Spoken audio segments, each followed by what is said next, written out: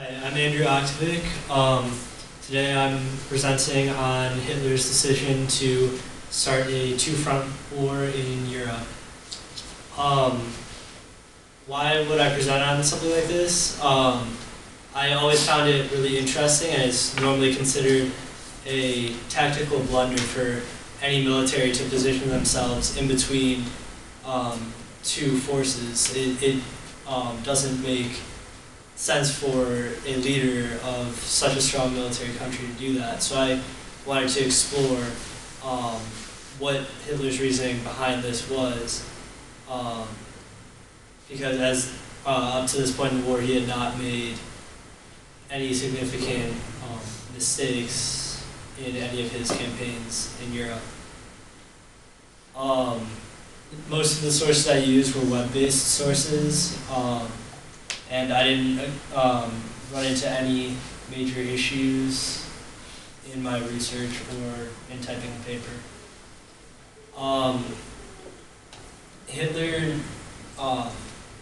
Hitler wanted his Third Reich to be the Thousand-Year Reich. He wanted to restore glory to Germany after their defeat in World War I. He felt that a big way to do this would be to use military conquest, and in order to do this, he built up his army and went and tried to take over much of Europe. By the point that he decided to split his forces and attack Russia, he'd already either signed treaties with or taken over many parts of Europe. Before he invaded Russia, he was at war with England and had already taken over France at this point. His attacks on England started with the Blitz and which is often known as the Battle of Britain. He used air attacks, which were going to lead up to a invasion of the island itself. He was not able to gain air superiority over England, so he never went through with his plan to invade. Instead, Hitler decided to turn his attention towards Russia, because he felt that if he attacked Russia and knocked Russia out of the war, America who had been providing support to England, would not be as inclined to join the war effort, and England would, he hoped,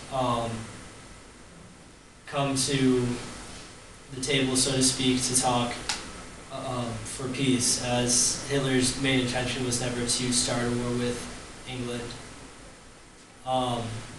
Hitler did invade Russia, and his forces were very successful early on. He got very close to defeating the Russian army itself, until he split his forces into three different parts. One part went north towards Leningrad, the second part stayed on course towards Moscow, and the third part went south to attack the oil fields. Many historians looking at it today believe that if they had stayed in one force, they probably would have been able to overwhelm the Russian army, which was falling back in complete chaos, and most likely have been able to take Moscow, potentially bringing an end to the war with Russia. It's also believed that without Russia's aid, America and England could not have stopped Hitler's forces alone.